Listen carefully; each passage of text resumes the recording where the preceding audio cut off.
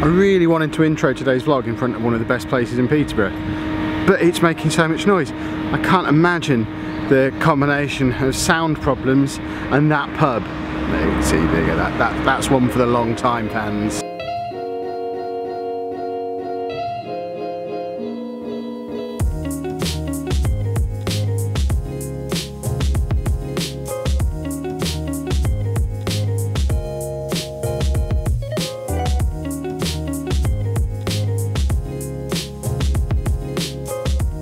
So it is officially Comic Con weekend. It has begun. I'm stranded in the middle of Peterborough for the next hour or so. It's currently 4 o'clock on Friday evening. Anna's mum gets in at the train station at 4:45.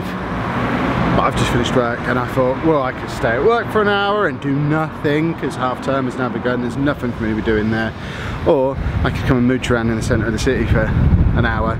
And despite identifying as living here and telling you like that, yeah, I'm from Peterborough, I very rarely come into the centre of the city, because if I want to go to a city I'll go to Nottingham or London or somewhere more interesting. But you know, I've got an hour to kill.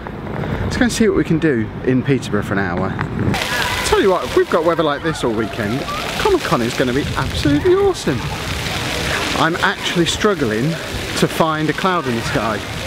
It must be, I don't know, pushing 30 degrees out here. It's ridiculous. The fountains are on. The fountains are never on. This is all very weird. It doesn't feel like I'm in Peterborough. I've been walking for 10 minutes and haven't actually found anything to do yet though. So I'm gonna head in the shopping centre.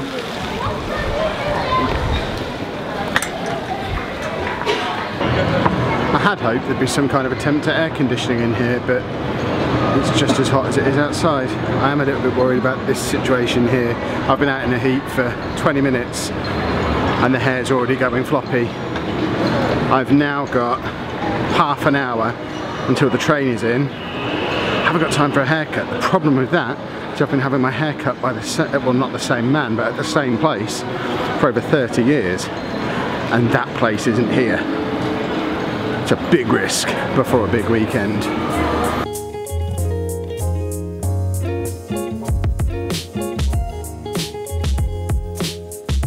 An observation for you about bringing a camera out in public. The small places, the smaller cities are the worst places to do it. A few of you have asked before if I ever get any weird looks or any comments when I'm out and about with the camera, and the honest answer is very rarely. Certainly when I'm out and about in my little hometown, no issues at all there. I think people are just used to me doing it because I'm out and about doing it quite a lot. If I go into a bigger city, or if I'm going to a convention, or if I'm travelling somewhere, again, there's always cameras out everywhere, no one really bats an eyelid. Do it in Peterborough and people want to know what you're doing. I was just doing a time lapse over the other side of the road. Big security man, what are you doing? What are you taking pictures of? Just the road? Why? I do a vlog. Don't worry about it, I'll move on. And I don't get that anywhere else. And I guess I can understand it to a point, but at the same time, it's not as if I'm trying to hide the fact that I'm doing it. I've got a massive camera with a massive furry microphone on top, sat on top of a massive tripod. If I really wanted to secretly take pictures, I could just do this. And it just looks like I'm texting, and it also makes me blend in perfectly with everyone else around me. I would think the fact that I'm being so obvious about it and using such a big piece of kit, that should give an impression that I'm not trying to hide that I'm doing it, but who knows.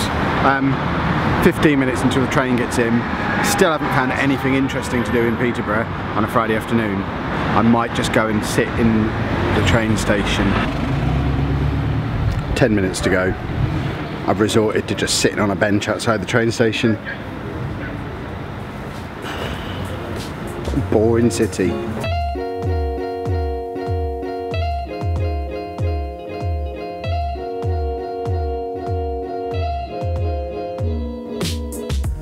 Warning, you might be about to see a grumpy Anna. It was so windy I couldn't land the drone in the garden, so I had to land it on the field behind the house. But I lost signal, so I've had to send her round to catch it while it lands, because if I tried to leave the garden to get round there, it gave me the go home message. You alright? Children saw it and was like, oh wait, it's landed, should we go and get it? Did they really say that? They're on the trampoline over there. That's awful. Gonna steal my drone. But it was really windy trying to land that. That was awful. I'm never flying in the wind again. It's supposed to have the GPS stabilisation on it. Wasn't happening. Why is it making such a racket? Because you haven't turned it off. Hold on. Stop, stop, stop. There you go. The camera's still flailing around all over the place. There you go, all sorted. Very successful drone flight, apart from the landing.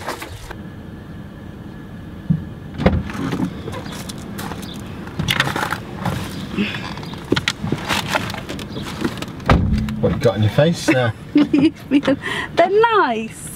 But you're a spectacle wearer. Can you see anything at all? Yes. Do you know I've got a camera pointed at you? Yes, I'm short-sighted. I can see things that are close. I just can't see things that are very far away. And his car's changed. Cool. He's changed his white van into a white car, and he normally has a car that's red.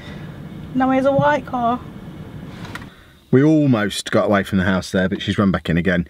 It's one of our pre-convention traditions. It's, what is it, 6:30.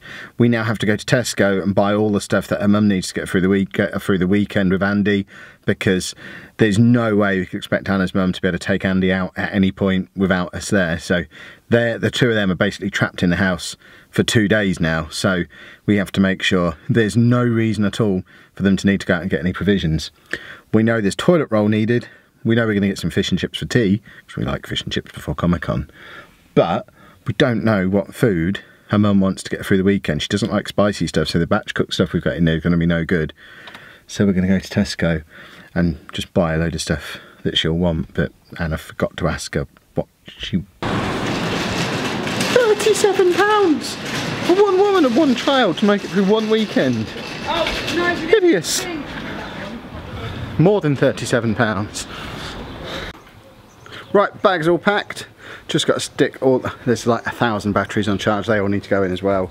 And then I've just got 3 Football Manager videos to edit and schedule, so that you've got lovely Football Manager content for the weekend, and then go to bed, because we're on a train at like 8 o'clock in the morning, so got to get up early. And Dave's on the table, so I've got to go.